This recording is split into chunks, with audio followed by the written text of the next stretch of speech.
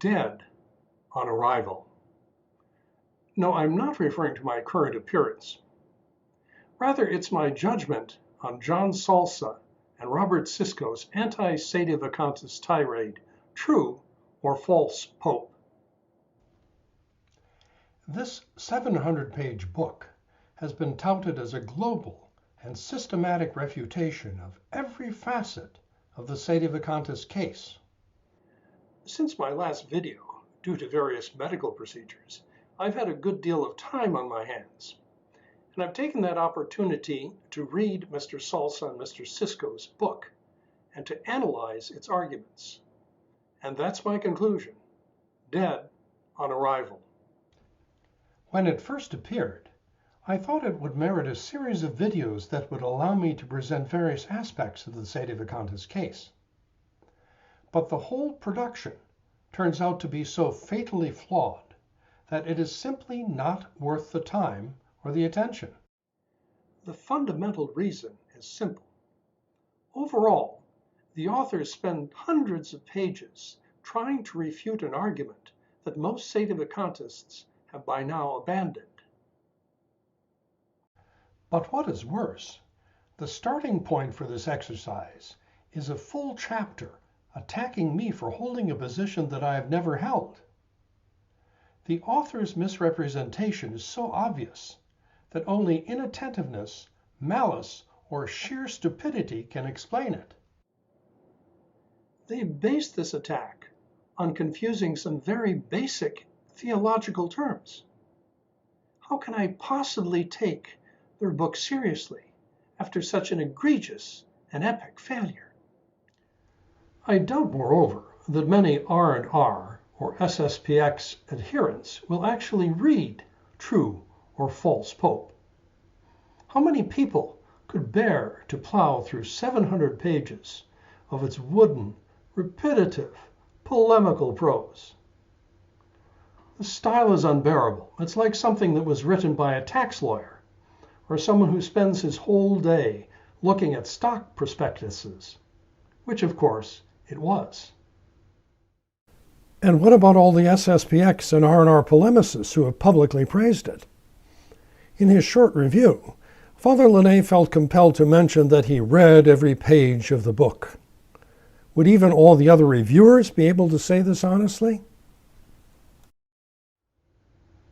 True or False Pope's value will be largely symbolic, like many books throughout history. How about this one? Karl Marx's Das Kapital. Tempted by capitalism, comrade? Solution here.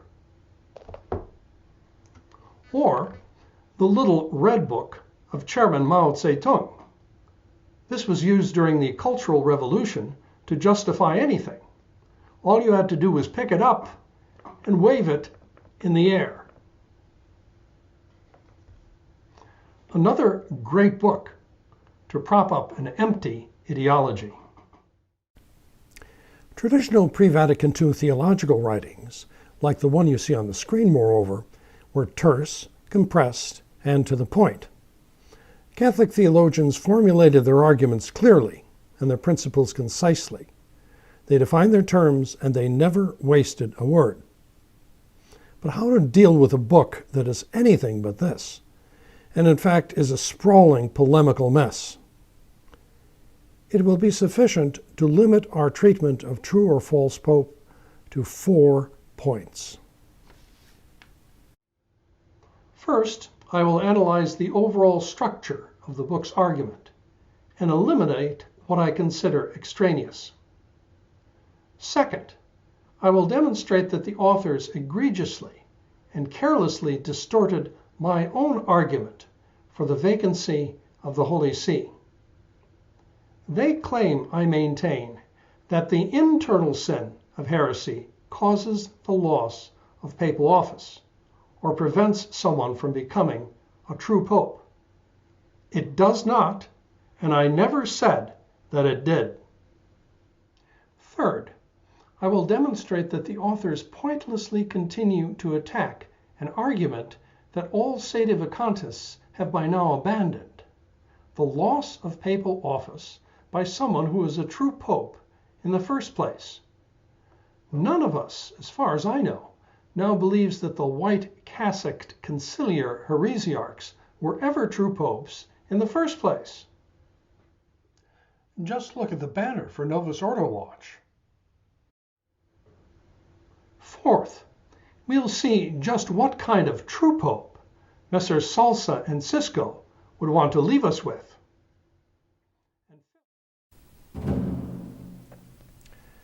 Dead weight.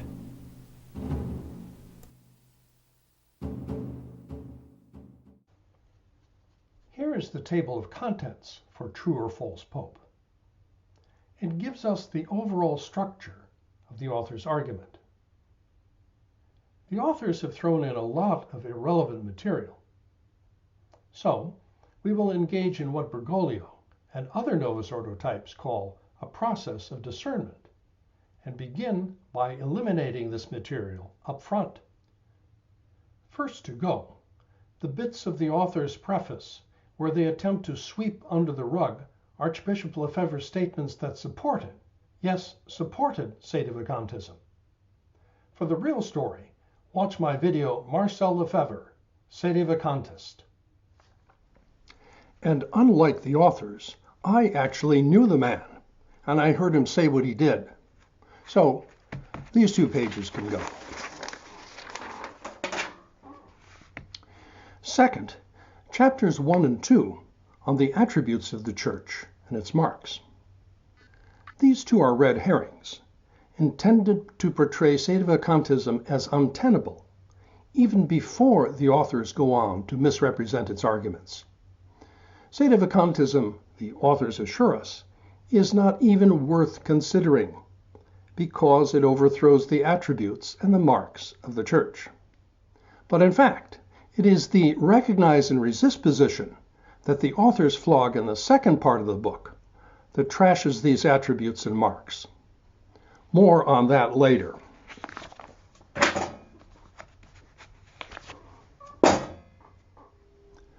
Third, chapter 3.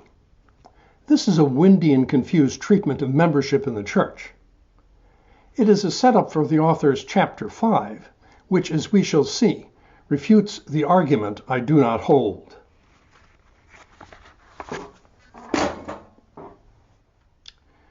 Fourth, chapter 4 on Feeneyism. Fine for the Dimmons, but irrelevant for the rest of us. And besides, most Feeneyites are blood brothers to Messrs. Salsa, Cisco, and SSPX anyway, because they too will accept no papal pronouncement without a solemn ex cathedra stamp on it. Fifth, chapters 18 and 19 on the new rite of episcopal consecration and the new rite of priestly ordination. These are not directly pertinent to the central issue of the book, which is, can a heretic be a true pope?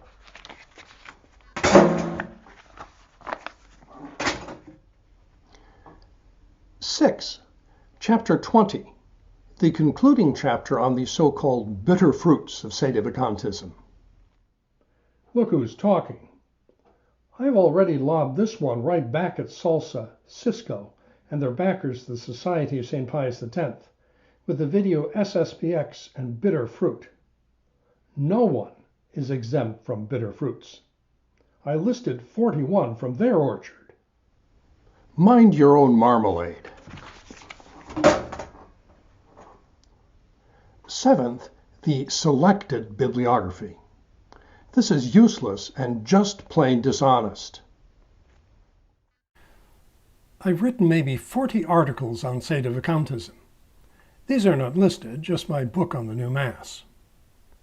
Messrs. Salsa and Cisco, it seems, want to put you through the trouble of picking through the footnotes to find them instead. What are you afraid of, gentlemen? That if you provide a complete list of what I've written, serious inquirers might decide to read it and be convinced?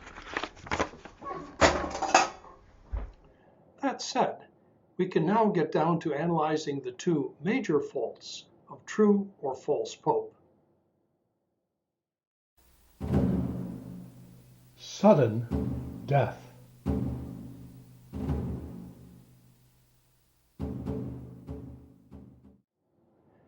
This occurs in Chapter 5, the sin of heresy and the loss of office. It is here that our discussion of Messrs. Salza and Cisco's book turns from a refutation into an autopsy. The corpse is right there on page 149, where the authors identify what they call the major error of sedevacantism.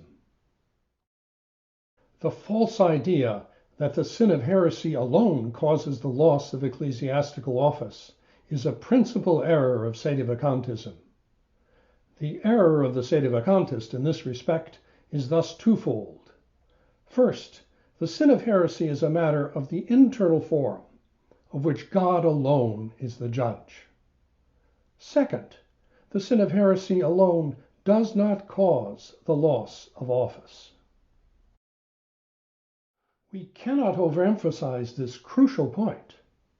The sedevacantist thesis has been erected upon the false foundation that the internal sin of heresy against divine law causes the loss of office and jurisdiction in the Church.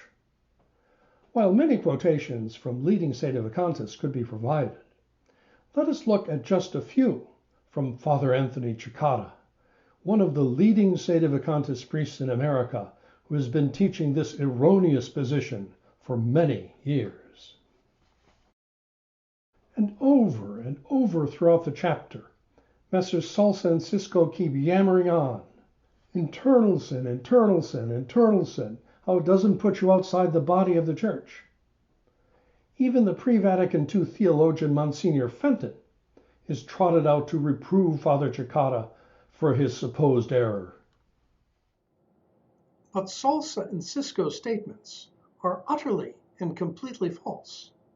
I have never maintained what they claim I have. Rather, ever since I began writing about the sedevacanti issue, I have clearly maintained that it is public heresy that prevents a heretic from either becoming a true pope or from retaining the papal office. These writings span a quarter century and are available everywhere. Traditionalist Infallibility in the Pope, 1991. Resisting the Pope, Sedevacantism and Frankenchurch, 2005. Bergoglio's Got Nothing to Lose, 2004. Over and over again, I say public sin of heresy, publicly heretical pope, public heretic, at least 15 times in these articles alone. Messrs. Salza and Cisco cite these articles, but they still ignore these clear statements of my position. On page 151 of True or False Pope, they even quote 4 paragraphs from my article Sedevacantism Refuted as proof for their false charge. But sure enough, 2 paragraphs down in the very same article, I say clearly it is a question of a public sin against divine law. What is the explanation? Malice? Inattentiveness? Or just plain stupidity? I suspect it's largely the latter. On page 141, the authors offer us a list of terms and explanations relating to heresy. They provide a citation for only one of the 12 definitions. For the other 11, there's nothing. Just the say-so of Messrs. Salza and Cisco, a tax lawyer and an investment advisor. This in itself is fatal to any pretense of scholarship. The whole argument over sedevacantism, whether here or anywhere else, turns on precise definitions and distinctions over the nature of heresy, its culpability, its mode of expression, and the extent of its publicity. And it is Messrs. Salza and Cisco's cluelessness about the latter 2 sets of distinctions that leads to their epic fail. They have confused the distinct concepts of internal heresy and occult heresy, and they continue to do so at least 70 times throughout their ensuing arguments. The first concept Internal heresy pertains to the mode of expression for the heretical act. The second, occult heresy, pertains to how many people know about the heretical act. The moral theologian Merkelbach provides the proper distinctions to be applied to the sin of heresy. From his explanation, it is evident that Salza and Cisco have jumbled two fundamental either-or categories. They've taken the concept internal heresy from one category and improperly set it up as an opposite to public heresy, which is actually in another category. But in fact, the correct opposite to public heresy is occult heresy, that is, known to no one or only a few. Here are the distinctions in schematic form. Mode of expression. Internal. Heresy remains in the heretic's mind. No external sign. Or external. Heresy manifested by external signs, such as words, deeds, omissions, even if no one sees them. How many people heard or saw? Occult. Heresy manifested to no one or to just a few. Or public. Heresy openly and externally manifested before many. These are distinctions that Merkelbach clearly lays out for the sin, yes, the sin of heresy, in section 743 to 746. It is only in the next section, 747, entitled "The Sin of Heresy is Most Grave," that Merkelbach turns to the effects of heresy as an ecclesiastical crime or delict, the topic that so obsesses Messrs. Salza and Cisco. No public judgment from church authority, they think. No, nothing. But one can indeed judge, without an ecclesiastical trial, that someone is guilty of a public sin, be it heresy or anything else, and then act on that judgment. Those living in public concubinage, known public blasphemers, those married outside the church, members of Masonic societies, those engaged in sinful occupations, and many others known to be in similar situations are treated as public sinners without any legal rigmarole or warnings.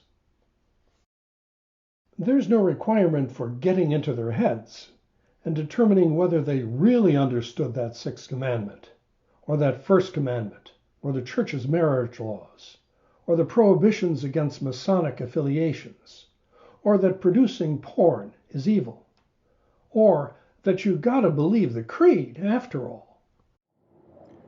You draw the logical conclusion from their public behavior and you act on it. Public sin, no communion or no sacraments, no ecclesiastical burial, no sponsorship, no whatever. When it comes to public sins against the first commandment, you don't have to drag either Lady Gaga or Papa Gaga into a courtroom and put them on trial. As public sinners, they're both in the same boat. And in the latter case, with dissoluble marriages, no Catholic God, Luther being right on justification, and God rearranging the eternity of hell, the boat is obviously not the bark of Peter. Now, you may be a recognize and resist follower who rejects the idea that Bergoglio is indeed a formal, external public heretic.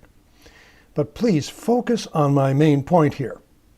Messrs. Salza and Cisco utterly distorted my argument because they couldn't get even the basic terminology about heresy straight. This flaw permeates the rest of their argument in the book and is fatal to its credibility. Thus, our coroner's verdict on true or false pope, by reason of massive failure to distinguish internal, external, occult, and public heresy, death by massive stupidity in Chapter 5. That, unfortunately, though, still leaves us with a zombie.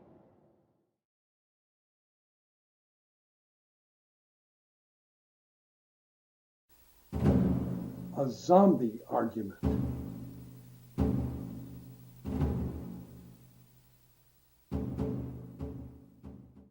In April 2014, Robert Sisko published an article entitled Bellarmine and Suarez on the Question of a Heretical Pope. Mr. Sisko attempted to reconcile Bellarmine and Suarez's teaching on the loss of office by a pope who became a public heretic, and thus, so Mr. Sisko thought, to refute the sedevacantist position. The problem, I pointed out in an article the following month, was that sedevacantists no longer believed that Bergoglio, Ratzinger, JP2, or the rest ever became true popes in the first place. These men were public heretics, and canonists taught that as a matter of divine law, a public heretic could not be validly elected pope. So as the title of my response to Mr. Sisko stated, Bergoglio and company had nothing to lose.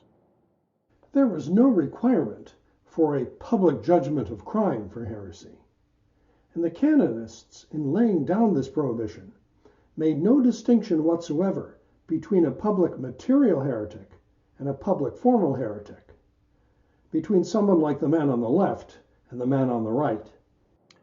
Nor is recognition by Novus Ordites a logical fix for the problem.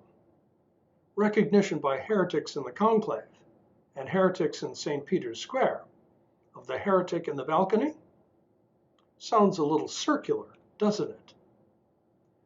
And besides, could the magic of universal pacific recognition turn someone into a true pope if he lacked one of the requirements of divine law for becoming pope? Such as, well, baptized, male, age of reason, not insane, not a public heretic, or not a schismatic.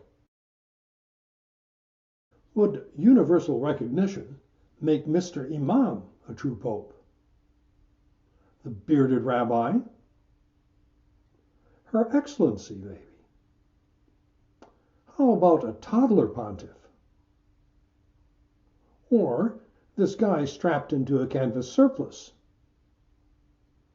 His schismatic monophysite hirsuteness, maybe?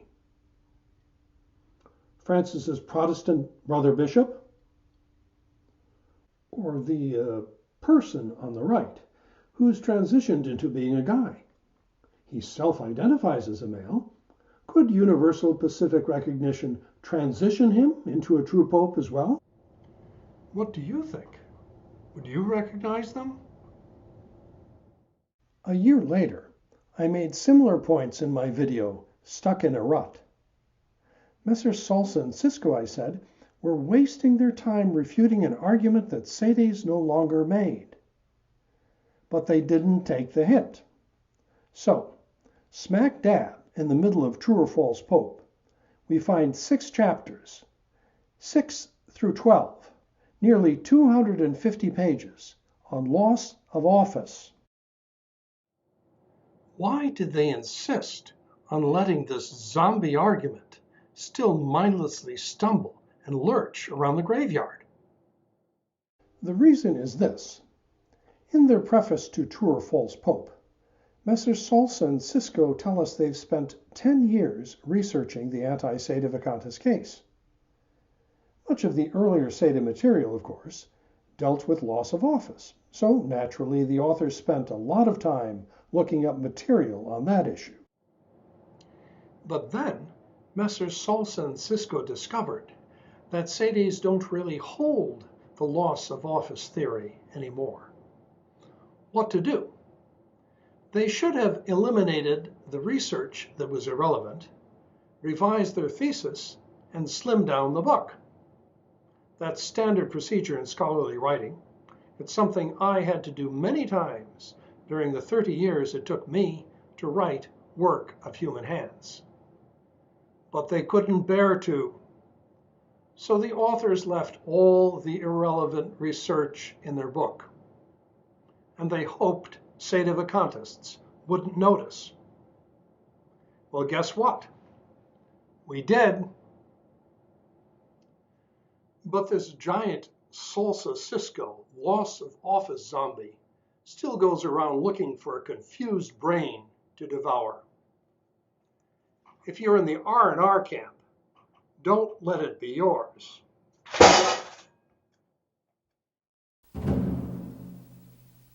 A true pope? Oh, really?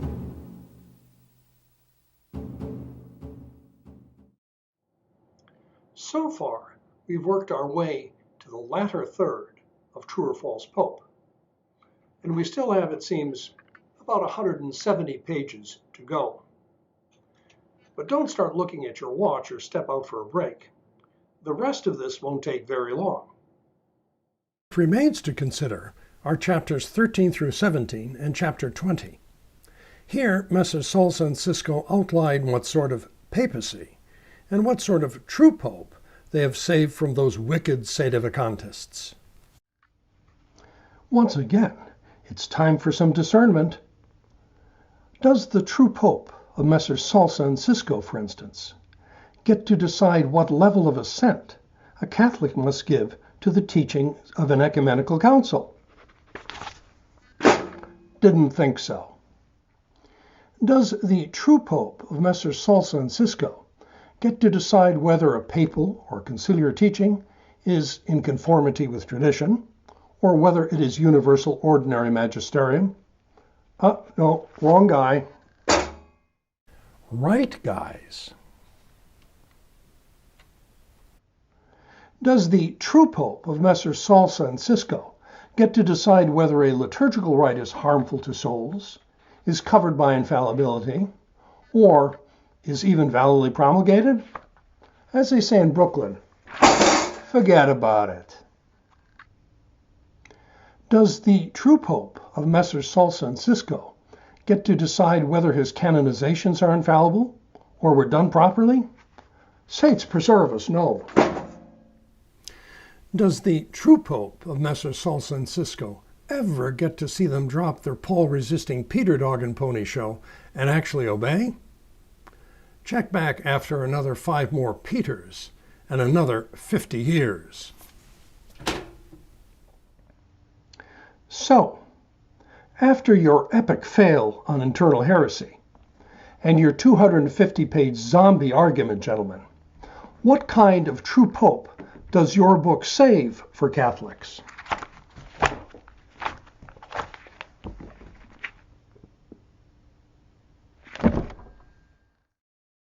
A pope with supreme authority to teach, rule, and sanctify, like this one?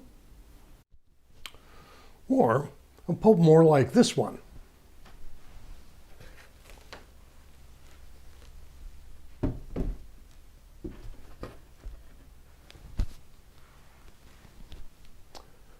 A two-dimensional symbol, a picture in the vestibule of your local trad chapel, and nothing more? That is just fine with him. Bergoglio is the culmination of a 50-year revolution against the papacy and its authority.